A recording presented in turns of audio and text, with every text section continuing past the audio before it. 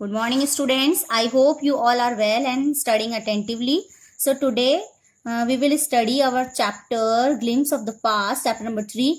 In this chapter, we will discuss about the dissatisfaction. You can see the timing 1835 to 56. 1856. This was the time of dissatisfaction. Means होता है असंतोष in among Indians. So let's discuss. Before reading this chapter, we will discuss some points. In this chapter, we had studied that we had studied about the exploitation of Indians by the Britishers. In this part, we will also study about the dissatisfaction of Indians. Now everyone in India wanted to get rid of slavery.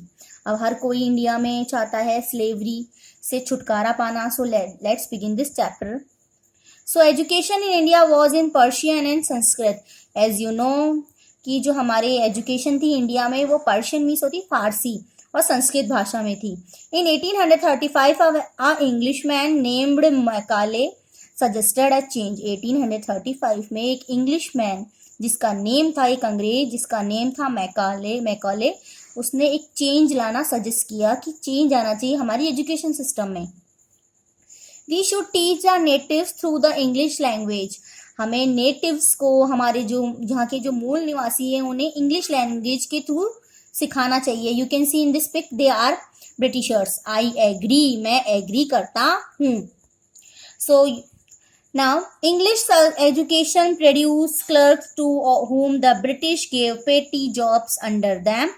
Incidentally, it also produced a new generation of intellectuals. English education, अंग्रेजी शिक्षा से कई लिपिक बने जिनको अंग्रेजों ने अपने अधीन छोटी नौकरियां प्रदान की, jobs the. Incidentally it also produce a new generation of intellectual. संयोगवश एक बुद्धिजीवियों की एक नई पीढ़ी भी उत्पन्न हुई. We must educate our brothers what they are talking. हमें अपने ब्रदर्स, हमारे भाइयों को भी शिक्षित करना होगा. And try to improve their material condition, और उनकी मटेरियल कंडीशंस को इम्प्रूव करने की, सुधार करने की हमें कोशिश करनी चाहिए. For that we must convey our grievances to the British parliament. इस तरह से हम हमारे दुखों, हमारी जो परेशानियां हैं, हमारे जो दुख हैं, उनको ब्रिटिश पार्लियामेंट मीन्स अंग्रेज, जो ब्रिटिश पार्लियामेंट है, संसद है, वहां तक हम अपना मैसेज उनको पहुंचा सकते हैं, हमारी परेशानियां उनको बता सकते हैं. As you know in our India there was British rule. So what they are talking about, they are just talking about that we should convey our grievances to the British Parliament. Now you can see the map in this states, British area. So states, हमारे India में जो yellow colour का है, ये जो yellow area आ रहा है like Jammu Kashmir and ये, सो दे आर प्रिंसली स्टेट्स. या हमारे यहाँ पे किंग का एम्पायर था, राजा रूल करते थे यहाँ पे हमारे देश के. और आपको पता है कि हमारे देश में अंग्रेज आ गए थे, यानी कि ब्रिटिशर्स आ गए थे. तो ब्रिटिश ने हमारे कई इलाकों, हमारे कुछ स्टेट्स को अपने अंडर में ले लिया था. वो थे ब्रिटिश एरिया. यू कैन सी जो रेड मार्क दिया गया है, रेड यहाँ पे ब्रिटिश एरिया है जहाँ पे ब्रिटिश का रूल था, अंग्रेजों का. By 1856 the British had conquered the whole of India.